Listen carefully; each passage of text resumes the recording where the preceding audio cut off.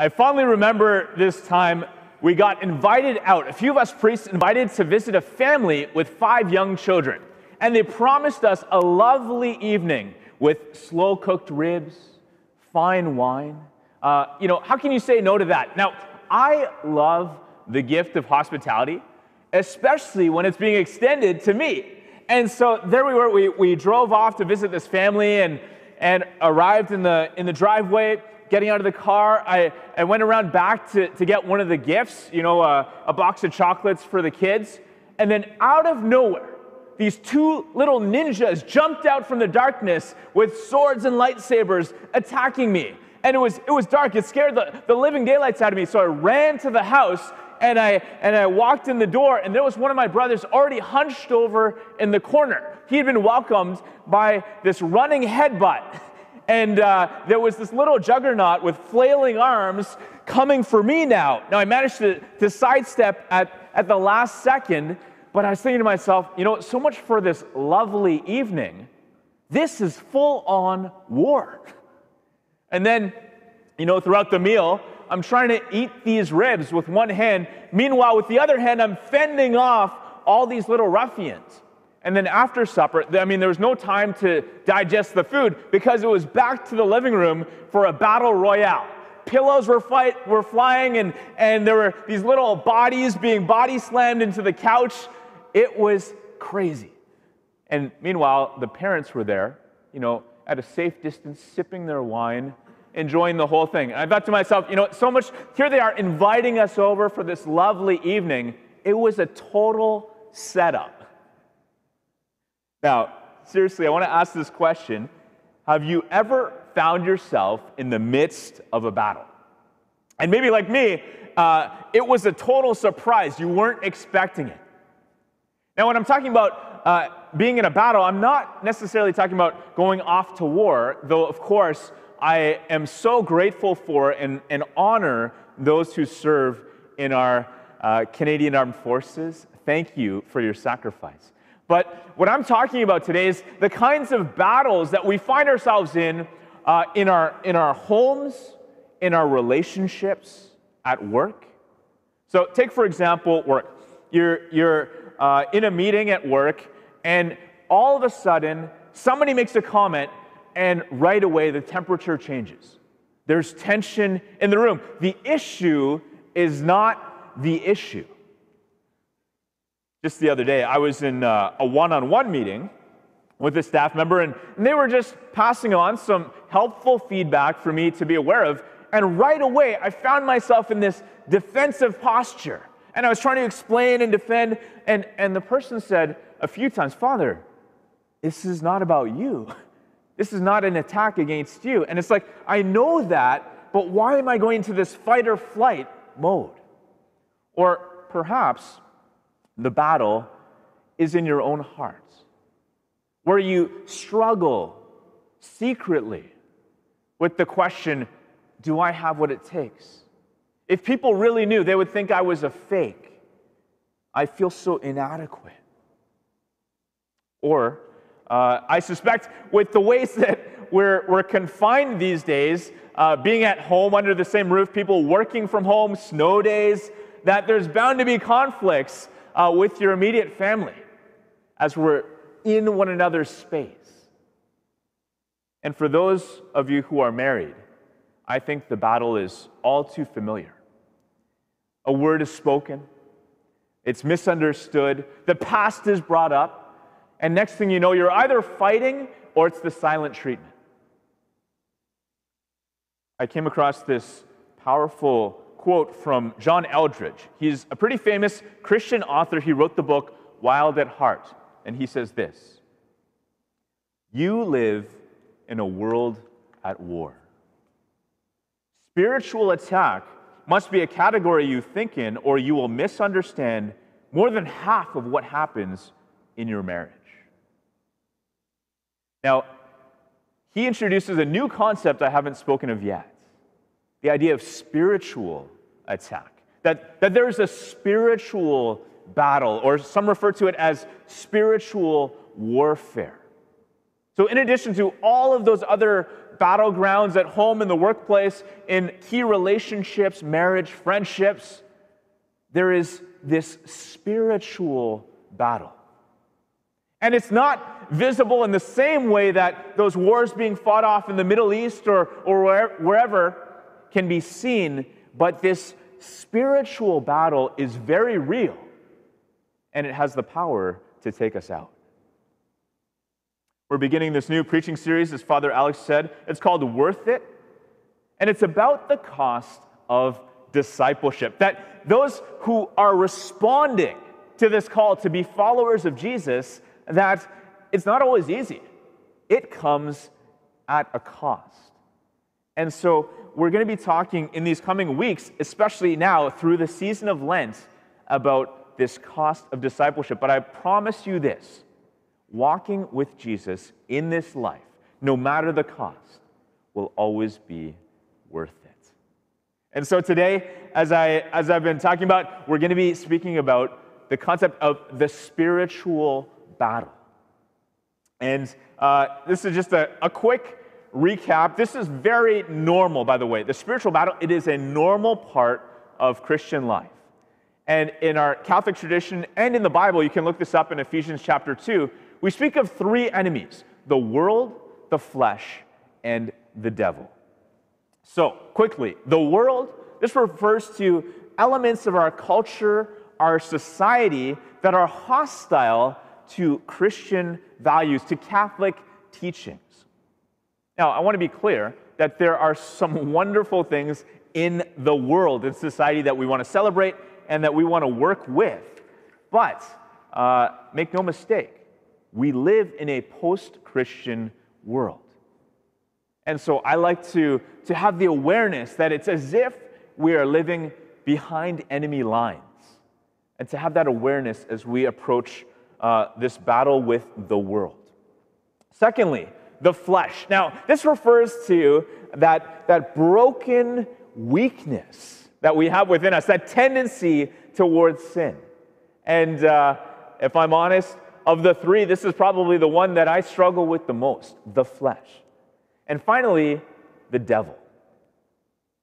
The devil is not just an allegory for, all the bad stuff in the world. The devil is real.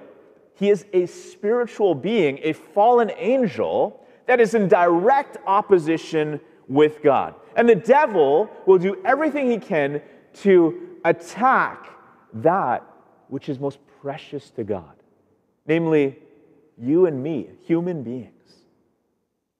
And so the devil, this is the stark truth. Satan, or by the way, the word Satan means adversary. Satan will stop at nothing to create chaos and division at work. He wants to ruin your family. He hates your marriage, and he will try to destroy your soul. Now, you're probably like, whoa, this is heavy, Father Simon. Seriously? And it's like, yeah, seriously, because if we are not aware that we're in a spiritual battle, remember John Eldridge, we live in a world at war. If we're not aware and we're not preparing ourselves for this battle, then we're already losing. But I got some really good news for you, is that we're not the first ones to engage in this battle. In fact, Jesus himself gives us a beautiful example of this, and we can find it in our gospel today. We start every Lent, every single year, with a passage referring to Jesus being tempted in the desert. And so this year, we have Mark's account, which is very brief, but there's so much even in Mark's account that we can draw from the text. So firstly, it says, the Spirit drove him out into the wilderness. So the Holy Spirit, it's not that Jesus was forced to go, but the Holy Spirit compelled him, motivated him to go into the wilderness. Now, in the Bible, the wilderness or the desert was understood to be Satan's domain. So as if to say, Jesus is very intentionally, he's aware that he's going into Satan's backyard to enter into battle.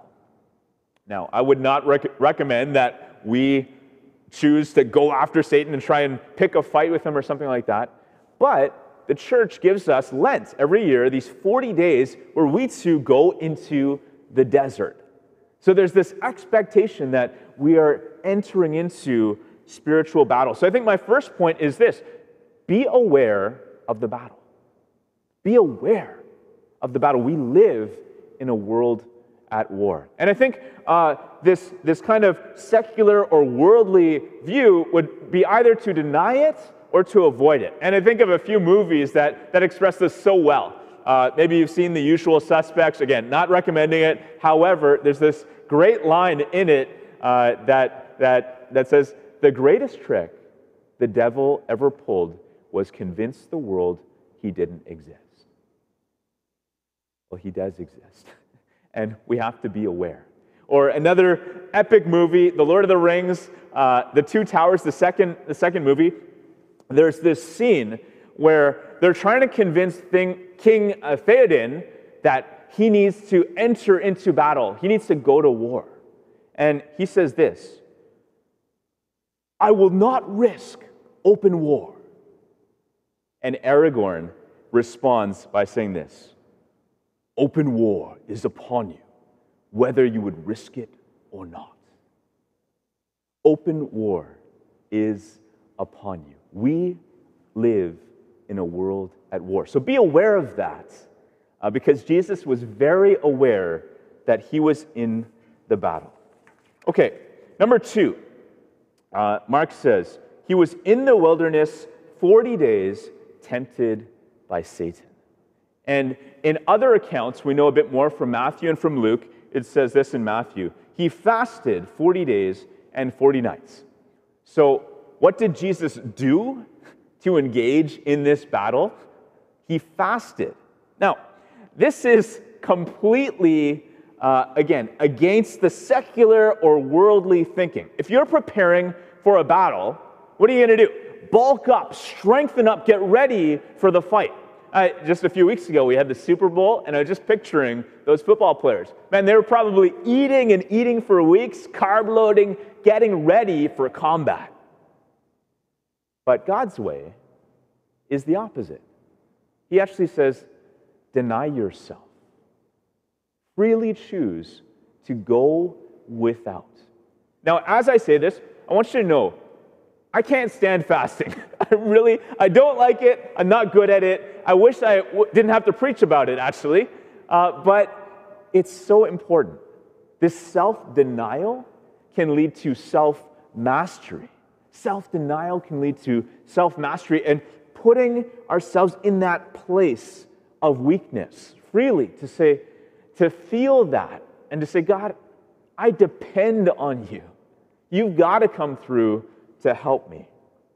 It's so good for us to do it. When I look to the example of Jesus in the gospel, there he is in the desert, entering into spiritual battle, and he doesn't lean into his godly superpowers. He actually faces the enemy in his humanity. In his humanity, he faces the temptations, the battle, and he overcomes the enemy. One of the tools he uses is fasting. And I think Jesus gives us this example so that we ourselves, with God's help, of course, but we ourselves, in our humanity, can overcome the enemy. And I would just say this: if you've ever struggled with a sin, maybe a pattern of sin, a habit that you're trying to kick and you just can't seem to overcome it, try fasting. Deny yourself, that you would imitate Jesus in your humanity to cry out to him for help. You might just find that it does help you in that spiritual battle. Okay, so we've talked about the first two. Be aware of the battle, try fasting. And the third thing we can draw from the text is it says this: the angels waited on him. Or in another translation, the angels helped Jesus, or the angels ministered to Jesus. Now again, the worldly, the secular approach might be to say, you got a battle, well, guess what? You've got what it takes. You just need to power up and go for it. enter in, you're a commando, you can do this. But God's way is actually different. It's a sign of strength to know that you need help and to lean on, to be interdependent on others. And even Jesus, again, in his humanity, wasn't alone. He was ministered to by angels. And so too for ourselves, we need to be shoulder to shoulder with others in the battle, and we need to have a place to go, a safe place to be ministered to after going out there and taking a few legs. We need that community to support us. And if you've been part of the church for a while, if you've even, been coming to church or pre-pandemic, you would come and sit in the church and you'd be shoulder to shoulder with other people in the pews, that's great. But it's not enough. And if you're watching online and you're interacting with other people in the chat, that's great. But it's not enough. We need even more intentional, intimate community to support us in the midst of this battle. And that's why we've created and offer these things at St. Benedict we call life groups. These groups of people who gather together, some now because it's online, some are from around the world, to support each other because we know life is hard, it's full of trials, and there's so many spiritual battles. We're going to watch a short video from Bill Scholar. He is our life group coordinator. He's going to explain what they are, and he's going to talk a bit about this upcoming life group campaign. So we're just going to go to that video right now. Hi everyone, I'm Bill Scholar, and I'm the Life Groups Coordinator here at St. Benedict Parish. I just want to take a couple of minutes of your time to talk about life groups, and specifically the why behind a life group. Remember, the goal of a life group is to grow in our faith, to help us become more like Jesus. We define church at St. Benedict Parish as a combination of two things: big church worship, which happens on Sundays, and small church community, which happens in your life groups during the week. We know, or you know, our spiritual battles are real, and with God's help, we can survive those battles. After those battles are done, we need to find refuge, a place to experience healing and renewal and recovery, to feel the love of God through others. That is a key role of a life group, a community to love and support us and to strengthen us for the next battle, which we know is coming. I personally belong to 2 life groups, and I love when we get together. We have lots of laughs, sometimes some tears, and the discussions are always interesting. I always feel energized after we get together. So what do you need to do to experience this community? We're asking each of you who are not currently in a life group to give it a try. It's only a 7-week commitment, starting the week of March 8th. We want all of you to host a life group by inviting 2 or more of your friends, to take 1 hour a week to watch a video and then discuss the small group questions.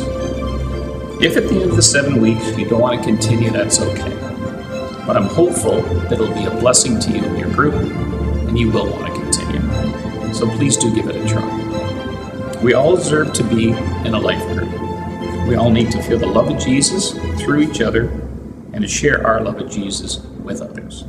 An authentic Christian community.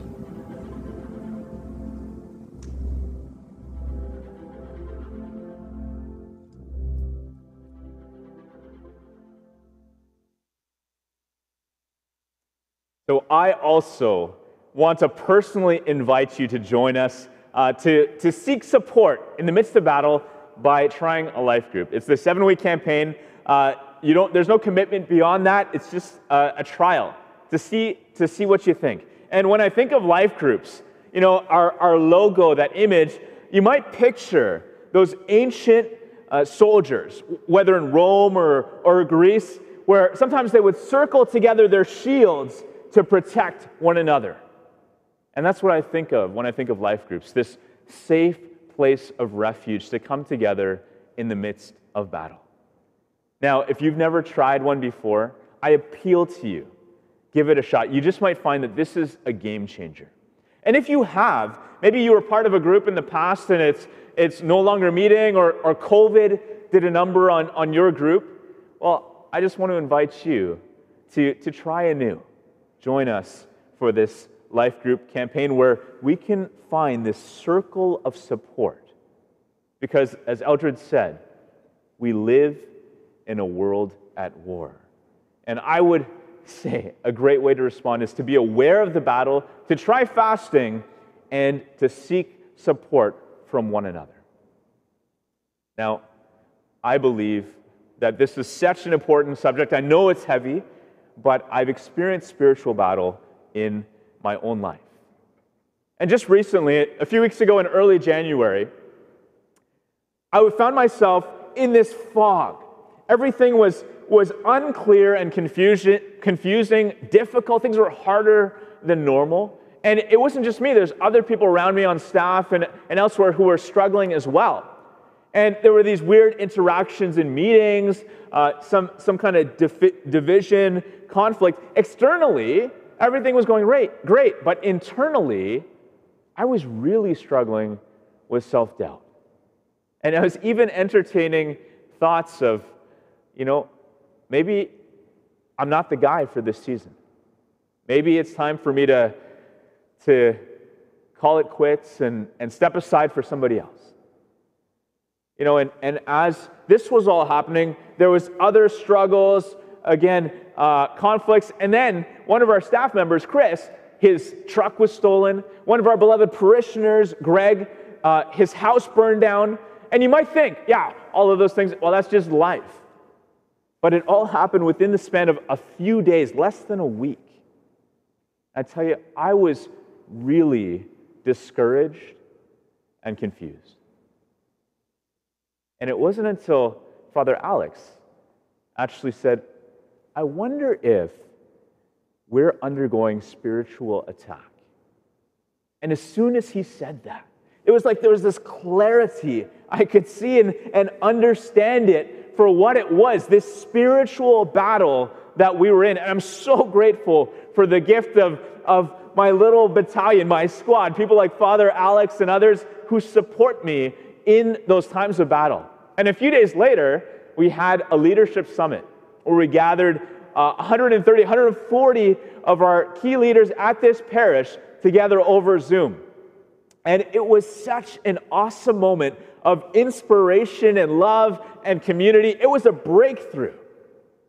And I just realized that's what the enemy, he's trying to distract us and discourage us, get us off our game because of all the good that was about to come. Jesus has already gone toe-to-toe with Satan, and he has been victorious. And we too, with God's help and the support of authentic Christian community, we will conquer the enemy.